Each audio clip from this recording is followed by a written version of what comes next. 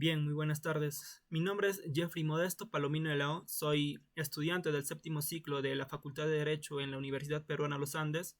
Y el día de hoy voy a hablar sobre algunos temas sobre la lógica y el razonamiento jurídico, para lo cual he preparado algunas diapositivas que voy a ir proyectando a medida de cómo vamos avanzando. Primero, quiero hacer mención que lógica y razonamiento jurídico es una asignatura que se lleva en el séptimo ciclo en la Facultad de Derecho en la Universidad Peruana Los Andes. En esta oportunidad, el catedrático es el abogado Víctor Manuel Aliaga Muñoz y como único expositor, mi persona, Jeffrey Modesto Palomino Elao. Bien, vamos a pasar a la primera diapositiva.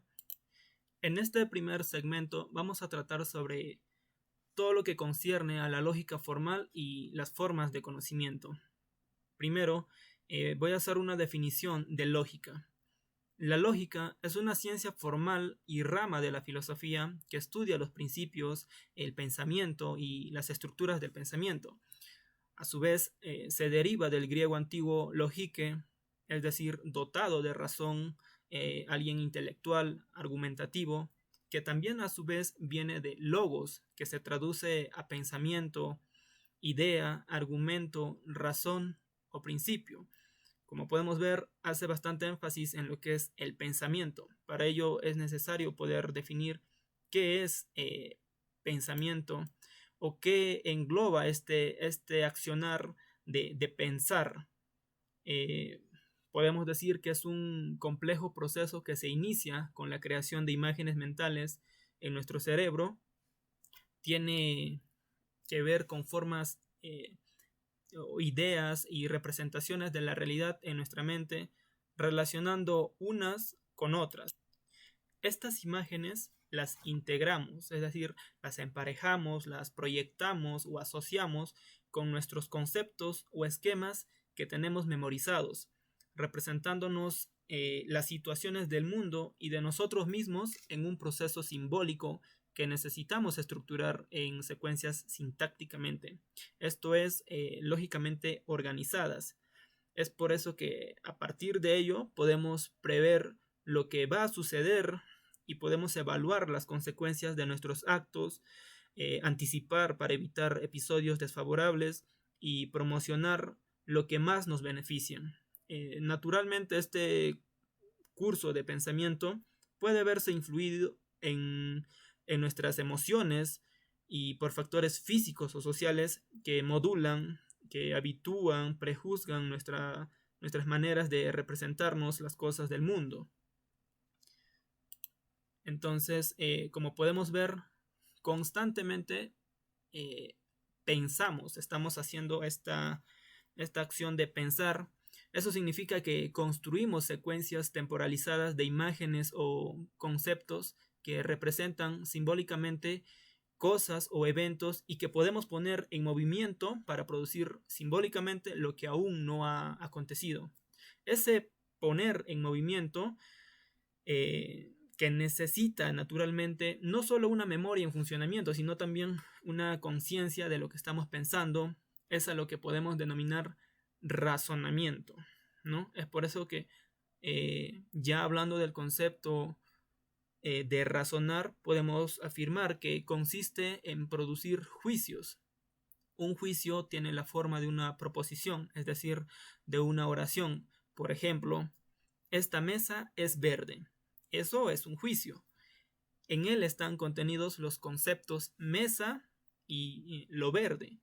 También hay imágenes que singularizan nuestros objetos o que emparejamos con los conceptos y hay una estructura lógica, sintáctica, que nos permite en una secuencia expresar un estado de cosas del mundo.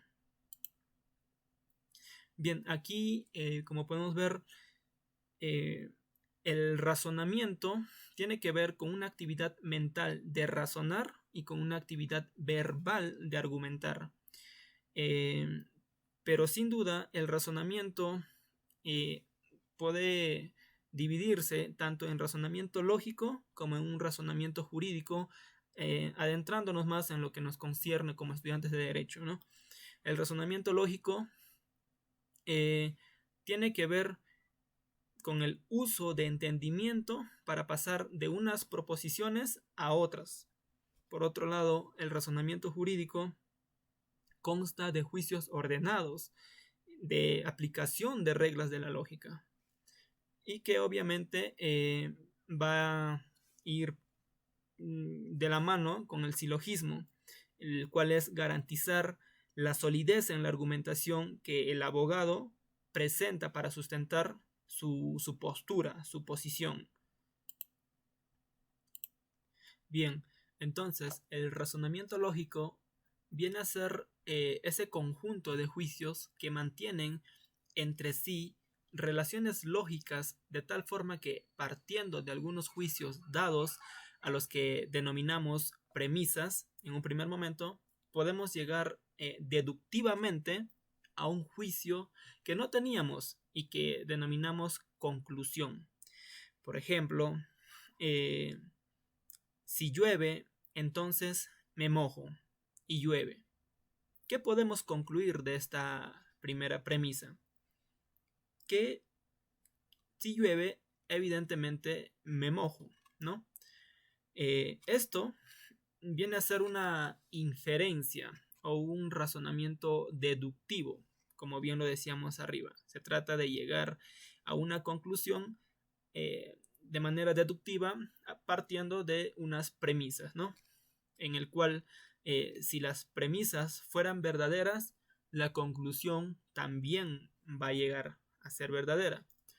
La ciencia que estudia qué tipos de esquemas de inferencia aseguran la validez de las conclusiones justamente es la lógica. Ahora vamos a ver las clases de lógica.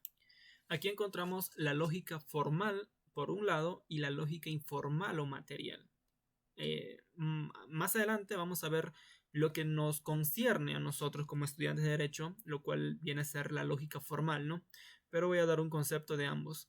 La lógica formal, también llamada lógica deductiva, como lo mencionaba en las diapositivas anteriores, es una ciencia abstracta que tiene como objeto el análisis formal de los argumentos o también, y más concisamente, como teoría formal del razonamiento, ¿no? Aquí se hace bastante uso de la deducción, ¿no?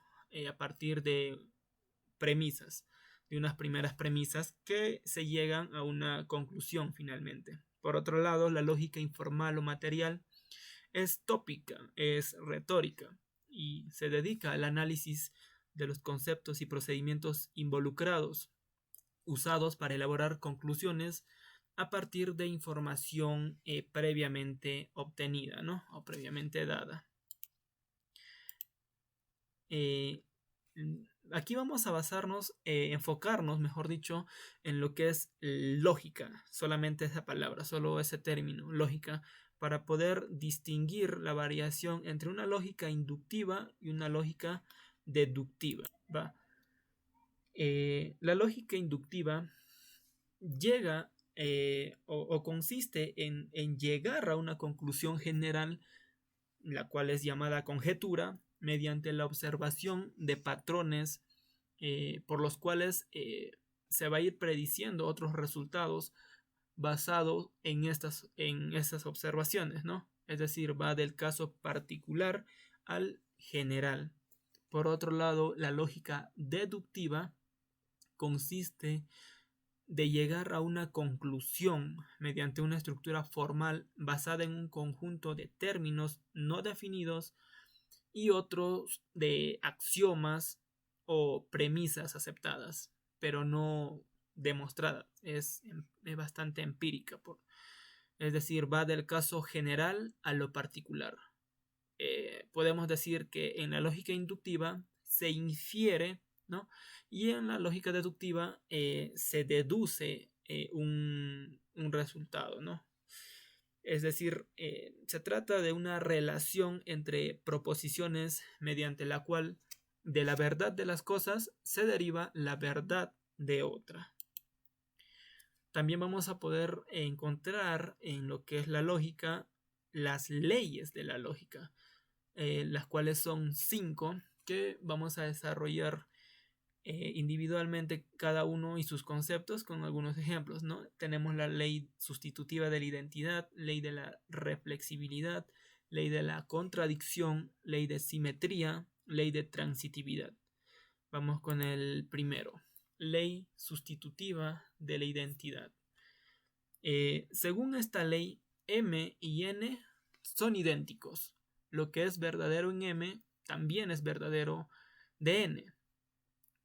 Según el principio de Leibniz de identidades, M y N son idénticas si tienen la misma propiedad. M y N son idénticas si tienen la misma propiedad. Por ejemplo, la prescripción es un medio de extinción penal. Asimismo, la prescripción adquisitiva de dominio. Podemos ver en ambas premisas la prescripción como un concepto que en un primer momento es verdad en la primera premisa y asimismo también es verdad en la segunda premisa, ¿no? Que viene a ser la prescripción adquisitiva de dominio. También tenemos la ley de la reflexibilidad. Esta proposición idéntica que todo ente es igual de sí mismo. Por ejemplo, el Código Procesal Civil es igual al Código Procesal Civil en su abreviación, ¿no? Como ya podemos conocer, se puede también denominar, como ya sabemos, como estudiantes de Derecho, el Código Procesal Civil viene a ser el código adjetivo, ¿no? El código adjetivo es igual al Código Procesal Civil. Bien. También tenemos la ley de la contradicción. Aquí se dice que dos juicios contradictorios no pueden ser verdaderos al mismo tiempo y en una misma relación. Por ejemplo, no hay lugar a que sea posible que un objeto sea un libro y que también no lo sea a la vez, ¿no? Es posible pensar que el objeto puede ser algo ahora, en este tiempo actual, y no ser ese algo posteriormente, pero no al mismo tiempo puede ser dos cosas diferentes, ¿no? Así, lo que antes fue un libro puede ser ahora basura o cenizas, pero no puede ser libro y cenizas al mismo tiempo. Es por eso que se dice dos juicios contradictorios no pueden ser verdaderos al mismo tiempo. La ley de la simetría. Esta también llamada o conocida como ley de la relación inversa. Según este principio, si una identidad es igual a otra entidad, esta es igual a la primera. Aquí vamos a encontrar tres ejemplos. Los elementos de la tabla periódica, por ejemplo, hidrógeno y oxígeno es igual a agua. Por otro lado, agua es igual a hidrógeno más oxígeno. También encontramos otro ejemplo que la pena impuesta a J es definitiva. Entonces podemos decir también que J tiene antecedente penal. Es decir, J tiene antecedente penal igual a que esta premisa es igual a que la pena impuesta a J es definitiva. Ley de transitividad, por último, ¿no? Esta ley nos dice que ocurre cuando dos entidades son igual a una tercera. Es decir, las tres son iguales entre sí. Por ejemplo, aquí hay tres premisas. La primera, Daniel tiene la misma profesión que Carlos. Y Carlos tiene la misma profesión que Anthony. Entonces, Daniel tiene la misma profesión que Anthony. Creo que el ejemplo está bastante claro, ¿no? Tanto Daniel, Carlos y Anthony, los tres tienen algo en común o algo que los une entre sí, algo igual entre sí, que viene a ser la misma profesión.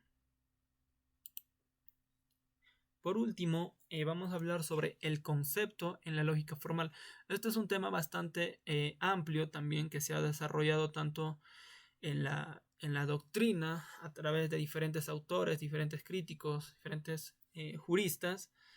Pero vamos a empezar bien, habiendo ya desarrollado conceptos anteriores sobre la lógica formal o la lógica informal y material o material. Podemos definir a la lógica formal como la ciencia de los principios de la validez formal de la inferencia. Aquí se hace bastante uso de lo que es la lógica inductiva, ¿no? También podemos decir o afirmar que el concepto es un objeto mental. Su entorno es el espíritu humano y no es ni material, incluso si se expresa a través de una forma material la palabra, ni emocional. El concepto no es una imagen de la realidad percibida. El concepto no es simplemente la palabra como unidad significante del lenguaje. La palabra simple se reconoce espontáneamente, induce un comportamiento utilitario, tiene una carga emocional y un cierto aura de imaginación, ¿no? Tiene que ver bastante con la maquinación que se hace al momento de pensar. Sin embargo, la misión racional del concepto requiere que sea objetivo en todo momento. Por último, sobre los primeros conceptos jurídicos, ¿no? Podemos afirmar que los conceptos jurídicos son fundamentales para llegar a comprender la ciencia jurídica.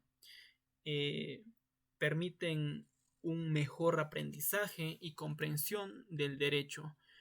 Este tema es bastante amplio, bastante llamativo, la verdad.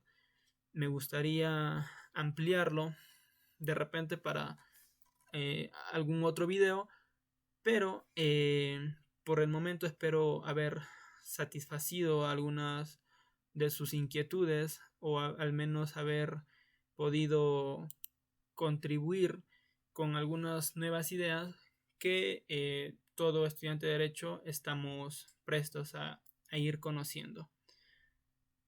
Bien, eso sería todo. Muchas gracias por su atención. Hasta la próxima.